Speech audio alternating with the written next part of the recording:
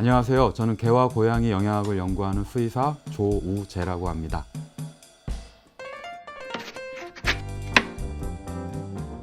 하부요로기계 질환에 먹이는 처방식이 있는데요. 주로 이제 결석사료라고 많이 이렇게 알려져 있습니다. 하부요로기계 처방식 같은 경우는 올려주는 영양소가 있고 내려주는 영양소가 있는데, 올려주는 영양소는 나트륨의 함량을 올려주고요. 내려주는 영양소는 단백질 함량과 마그네슘 함량 같은 것들을 이제 내려줍니다. 이 단백질 함량을 낮춰주고 마그네슘 함량을 올려주는 것은 결석의 종류와 관계가 있습니다.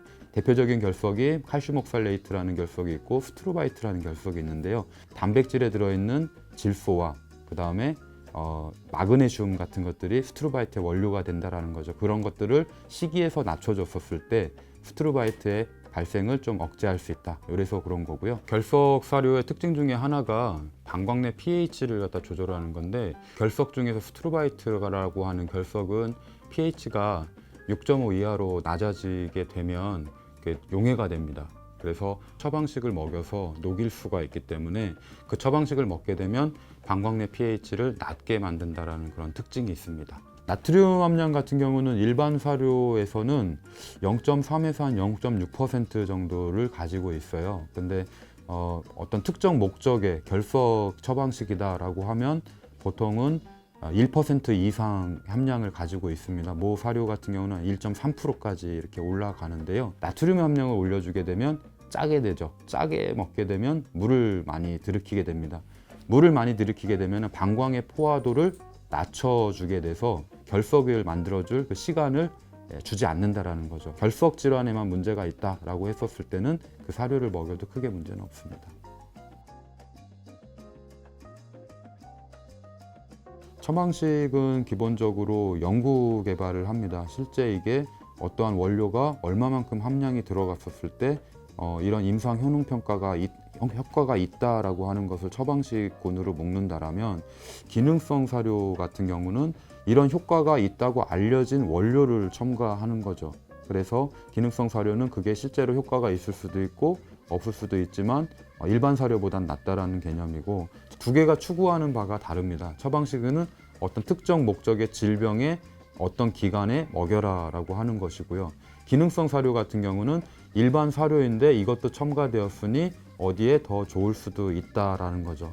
시니어 쪽으로 갈수록 칼슘과 인의 비율이 키튼이랑 비교해 보게 되면 거의 절반 수준으로 이렇게 줄어드는 것을 아실 수가 있을 겁니다. 보통 시니어 쪽에서는 더 이상 성장이 없기 때문에 거기에 맞게끔 나오는 거죠. 그거 이외에도 노령묘가 되게 되면 면역 기능이 저하된다라든가, 아니면 어떤 노령묘는 체중 쪽에 문제가 있다든가, 어떤 노령묘는 소화기관 쪽에 문제가 있다든가, 식욕이 좀 줄어든다든가, 이런 것들에 대해서 다양한 노령묘 사료들이 나오고 있습니다. 선생님, 질문이요. 알사의 알레르기 처방식 사료를 먹이고 있어요. 병원에서는 꾸준히 먹여도 된다고 하는데 사료업체는 처방식을 꾸준히 먹이면 안 좋다고 합니다. 뭐가 맞는 말인가요? 첫 번째, 처방식의 의미가 다를 수가 있는 게요. 지금 식이 알러지가 있어서 먹는 그 알사의 그 처방식은 아마도 식이 알러지용 처방식 사료 같은데, 그거 같은 경우는 계속 먹여야 될 가능성이 아주 높고요. 그리고 처방식을 계속 오래 먹이게 되면은 해롭다, 안 된다라고 하는 그 처방식은 식이 알러지 처방식이라기보다는 다른 만성 질환의 처방식인 것 같고, 처방식의 급여 기간은 고양이의 상태에 따라서 달라질 수가 있습니다. 최근 병원을 방문해서 결석 처방식 사료를 받아왔어요. 처방식마다 영양소가 다르다는데 도대체 언제까지 먹여야 할지 고민입니다. 처방식 급여를 조절하는 주기나 방법이 있나요? 요거는 케이스마다 다를 것 같아요. 어떤 결석의 종류를 가지고 있는 고양이냐, 그리고 고양이의 나이가 어떠냐, 합병증이 다른 질환이 있느냐 없느냐에 따라서 그 처방식을 추천을 해주는 경우도 있고, 그 처방식 대신에 습식 사료나 다른 것들을 추천해주는 요소들도 있을 것 같고요. 그리고 계속 먹어줘야 되냐, 아니면 중간에 갈아타도 괜찮냐라고 하는 것은 그 고양이의 상태에 따라서 다를 것 같아요. 극단적으로 예를 들면 칼슘 옥살레이트 결석이 3개월, 6개월마다 계속 재발되는 애들한테는 계속 먹여줘야겠죠. 그렇게 추천을 해주실 거고, 단순히 결석 질환이 한 번 왔었을 때 이 정도 됐으면 결석 사료를 먹이지 않아도 되겠다라고 하는 것은 담당 주치의가 판단을 하게 됩니다. 일반화시킬 수가 없어요. 3살 중성화 완료한 6.3kg 터키시 앙고라 나마를 기르고 있어요.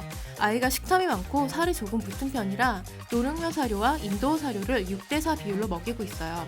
이렇게 먹이는 게 괜찮은 건지 또 노령묘용 사료를 계속 먹여도 괜찮은 건가요? 질문자께서 원하시는 것은 노령묘에 대한 대비도 되고 그리고 식탐이 많고 좀 많이 먹기 때문에 인도어 사료를 먹게 되면 체중 관리에도 좀 도움이 되지 않겠느냐 이런 의도로 보입니다. 3살 정도면 청장년 아주 활발한 나이이기 때문에 노령묘 사료를 지금부터 줄 이유는 없을 것 같고요.